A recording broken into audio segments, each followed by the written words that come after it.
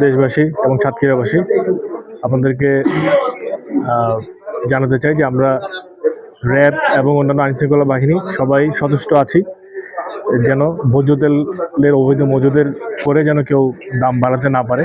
এই উপলক্ষে আজকে জেলা প্রশাসন, ভোক্তা অধিকার, সঙ্গে সেনাবাহিনী সহ আমরা একটি অভিযান চালিয়েছি।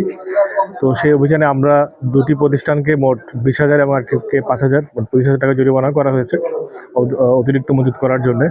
তো আপনাদের কাছে জানাতে চাই যেন কোনো রকমের এরকম অবৈধ সংকট তৈরি করে যেন দাম কেউ বৃদ্ধি করতে না পারে। এই অভিযান সামনে অব্যাহত থাকবে।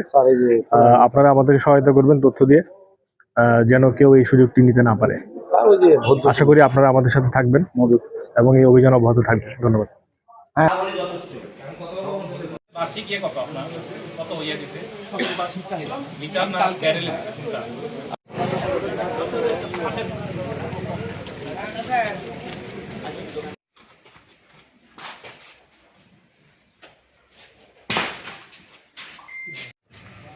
না থাকাই ভালো। বিক্রি করেন,